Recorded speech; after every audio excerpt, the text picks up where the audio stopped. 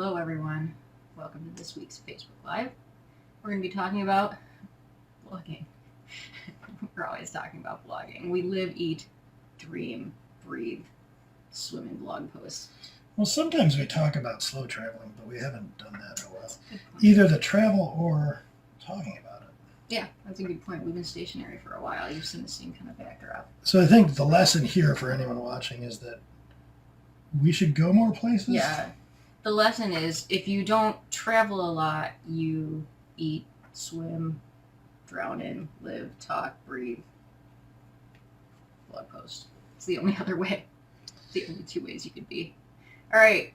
So writing blog posts for organic traffic, like here to set the scene, you might have a blog. I think this is probably true of a lot of people that are interested in blogging. You've got a blog.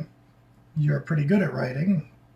And you're kind of not familiar with how traffic comes through search engines. If you're anything like me, for a lot of years, I would write blog posts. And when I'd look at the Google Analytics, it was always kind of a mystery to me, like who showed up on what blog post and why. Mm-hmm. I'd think I wrote that like 6 years ago. It's not even current. Why is this my most popular post?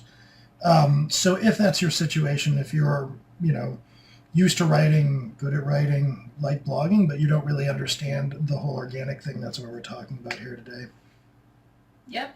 So I'm going to ask you some questions since you're our SEO master. All right, I will put on my new glasses. Oh, you look very studious. You kind of look like because me. Then I'll be smarter when I answer these. Oh yeah, that's how that works. Once you become a writer and you start to think about the concerns of SEO and bringing in organic traffic, what are some of the best practices? The best practices. I'm trying to think of I might slot this into. It's actually making it hard for me to see. I think I need to clean those.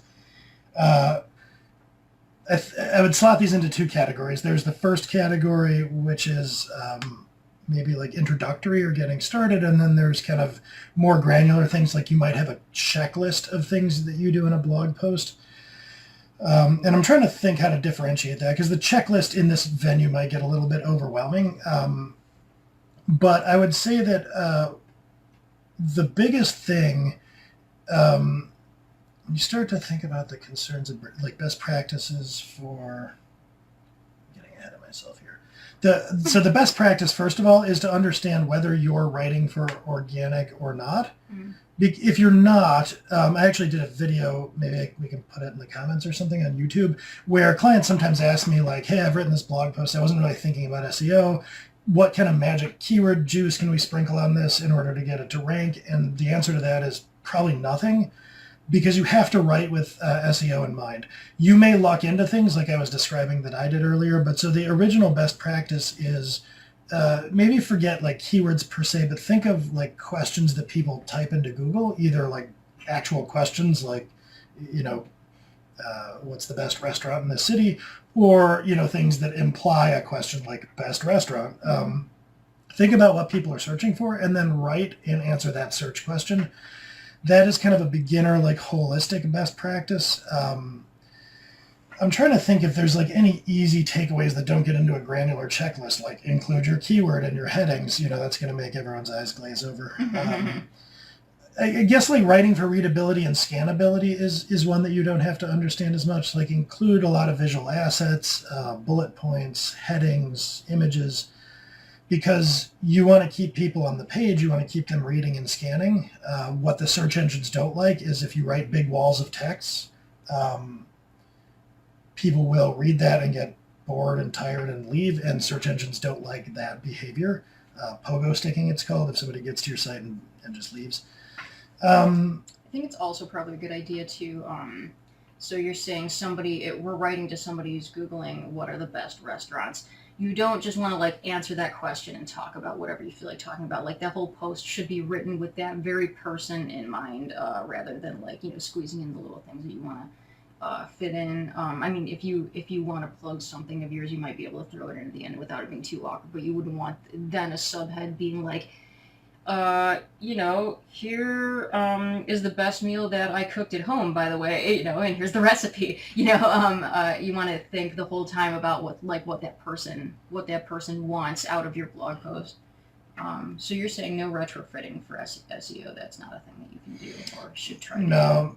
Here's a fun story. One time, years ago, before I had really any idea how this worked, I paid some firm to go and like SEO my blog. And Really? it was that. a virtual assistant firm that offered like SEO services. In retrospect, what they did was hilarious, and it's borderline malpractice that they took my money. They just went through a bunch of my old blog posts and took the keyword that they deduced, like thinking, this post is about, unit testing in C#, and they just put that into Yoast, and that was it. Wow, awesome.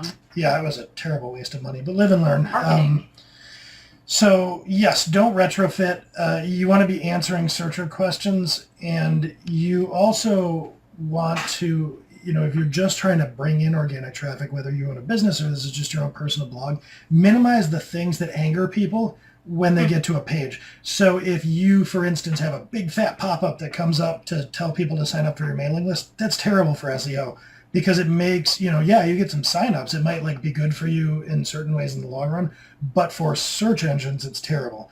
If you have a lot of gunk on your website that makes it slow for pages to load, if you have a lot of visual distractions, if you have ads, these search engines are ad networks, so they don't favor as much sites that have a lot of other ads. Mm-hmm. They want you using them. Mm-hmm. So those are kind of the easy things that don't get into the nitty-gritty.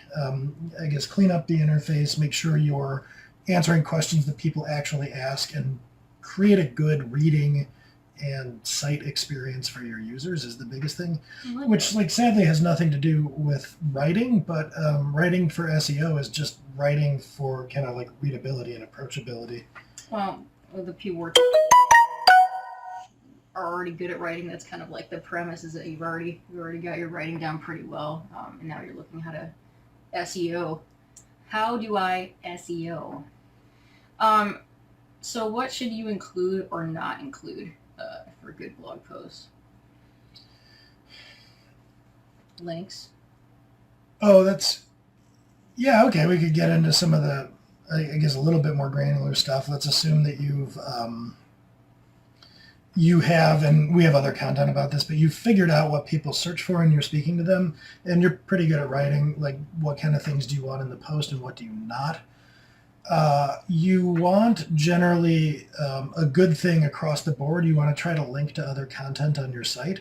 You want your site to sort of be this interconnected web where people who land on your site, you give them other things to do besides read through an article and close the browser. So that could take the form of in the post, like just making references to other blog posts you've written. You could do something like get a popular post widget, or a widget that at the end is like, hey, you might like these other posts if you like this. On my blog, I've put on some of my more popular organic posts at the bottom, I put something that says, here's a page. If you liked this post, click here, and I'll explain a little bit about myself on that page and some other posts they might like. Mm-hmm. Anything that gives them stuff to do other than just closing the browser and forgetting about you forever, good stuff to include. Mm-hmm. Images. Yeah, the stuff we were talking about before, images, bullets, anything to break up the monotony. You don't want it to seem like a textbook because people don't read blog posts the same way. Like if you go and buy a textbook for a class you're taking, you're reading that textbook. It's a pretty big chore, but you're committed. You're going to do that. That's not true of a blog post that somebody is reading that you've written. You are just barely keeping their attention out of the gate because that's how people consume blog posts. So you can't give them these big walls of text. So I guess that's what not to include is like something that takes up a whole screen. And think mobile too, like not just, hey, this looks great in my 24-inch monitor. Yeah. Imagine somebody reading it on their phone, and if the entire screen is taken up with text, I mean, just, think of this in the morning, like you've just gotten up and you're waiting for your pot of coffee to heat up and you're kind of, half paying attention, scrolling through something. Imagine how you'd react to a giant wall of text. It would probably be to put down your phone. Nope. What else to include in a blog post? I'm trying to think of how to generally describe, like if you're speaking to a search query of sorts, one of the things I would include near the beginning is a synopsis of like what they're going to get out of reading this post. Yeah. How will their life be better at the end? What will they know how to do if it's a how-to post? Yeah. What are they going to learn the definition of if you're answering a question of what something is? Yeah, far too many people treat their title as if it's, part of their text and like, well, if you read the title, you know what the post is about, but like you really have to reiterate it in the intro. Or, here's like a thing not to do for search, and I was guilty of this for years. I would write these, cute or clever blog post titles that would be plays on like Shakespeare characters, stuff like that. And then I would tell like long introductory narratives. This kind of stuff for people that followed me and liked my writing style, they appreciated it. Your regular followers would like that. But people who are clicking on your posts in a search engine don't know who you are. So that's just annoying. And that's really, it kind of speaks to writing a column and trying to build a following is a much different animal than writing helpful posts that are going to bring people in from a search engine. You can write posts that are both, and actually this is kind of an advanced tactic, but you can literally give the same post two different titles, one for the search engine, one for your readers. So there are ways to split the difference, but things not to include in a post that you want to do well in for SEO are those, clever titles that don't communicate what you're actually going to be talking about, and long-winded, meandering introductions, even if they're engaging. Because somebody coming from a search engine is reading 1, 2, 3 paragraphs and thinking like, is this even going to answer my question? What am I doing here?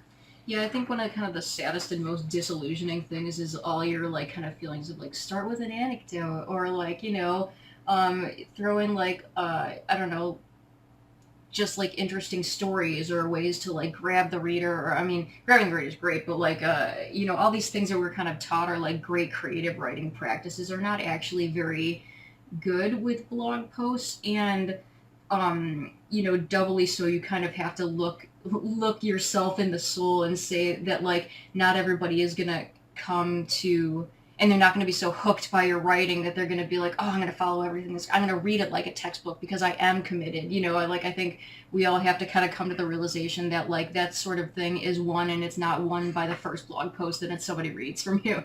Like this just occurred to me off the cuff, but here's a good way to get into the frame of mind of organic blog posts versus, kind of ones that you write to entertain your audience. Imagine that you're in an office setting and like a coworker writes you an email and they're like, how do I do such and such? You wouldn't write back with a title that was, a Shakespearean pun and then be like, here's this unrelated anecdote that will lay a lot of context over the course of the next 400 words.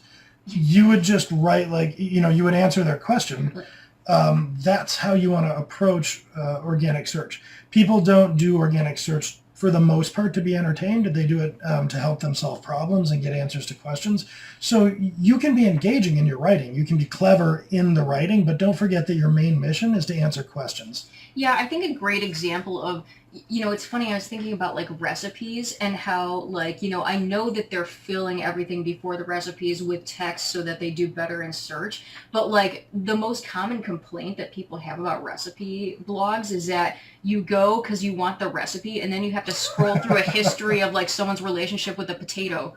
And that's just, it's irritating. Why a lot of them are doing that is because they want to maximize like time on page and scrolling behaviors. Yeah. So they know that you'll probably stay. It's a common thing. So you get there and you're reading like, this was my grandmother. And you're like, all right, no. And you scroll down until you see the recipe.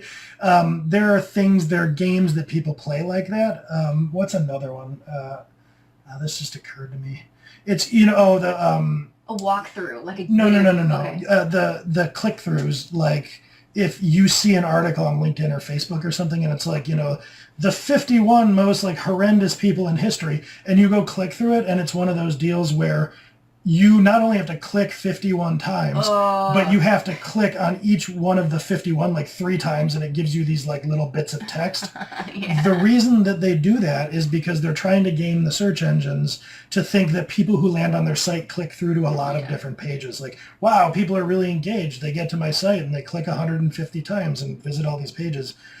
Don't play games like that is another don't.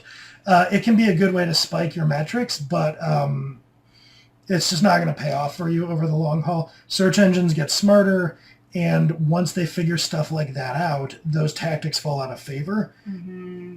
Stop trying to trick them. Just write good content that's helpful. I guess that dovetails into this last one too, like how to rank high on Google. This is a question is sort of a lot to unpack, especially as we're getting towards the end of our allotted time here. But the first thing I'll say is not all sites are equal when it comes to ranking, and not all search terms are equal. So you could go out and find something that almost nobody's speaking to and rank very quickly, especially if your site is what's called high authority, if the search engines trust you. Likewise, if you find a really competitive term and the search engines don't trust you, it doesn't matter how well you write for SEO or otherwise, you just won't rank. So generally speaking, the way I can summarize this is the way to rank high on Google over the long haul is to be in tune with your audience in sort of a tactical way in terms of what questions they're asking and answer those questions with like good, well thought out, helpful content. That's how you rank. There's really, I mean, there still are probably shortcuts, but they're less and less. And you're always playing this game where you're trying to run ahead of the search engines until they figure out your scam, and then you're on to the next scam. And it's kind of like, you know, some like elaborate fraudsters where you look at it and you're like, wouldn't it be easier just to like actually write good content? I mean, you're putting in all this effort. Well, why don't you just like actually help people? I love that. That's what makes what we do feel good to me. You know, like I don't know, it's a feel good industry when you're doing it in earnest. You're actually trying to help people. So I'll close with one piece of advice too. If you're ever thinking, you know, don't make the mistake I did and pay someone for like useless SEO optimizations. But if somebody comes to you and says, you know, if you pay me X dollars, I'll get you to rank #1 on Google. That's a huckster. Nobody can know or do that. I mean, you can give yourself a good shot. There are people out there that will be able to help you with content that's pretty likely to rank high, but any guarantees like that seem too good to be true are too good to be true. And with that, a good way to close. Yeah. Thanks for joining us, everyone. We will see you again next week. Maybe. No, we will not. No, we might, but we might be in a hotel. It's up in the air. We'll see what happens next week. You'll just have to. I'm sure everybody here is. Yeah. They're just gonna sit in front of their computer until next week, waiting to see what happens. So to be continued. We will try to get something for you next week. Yep. Bye.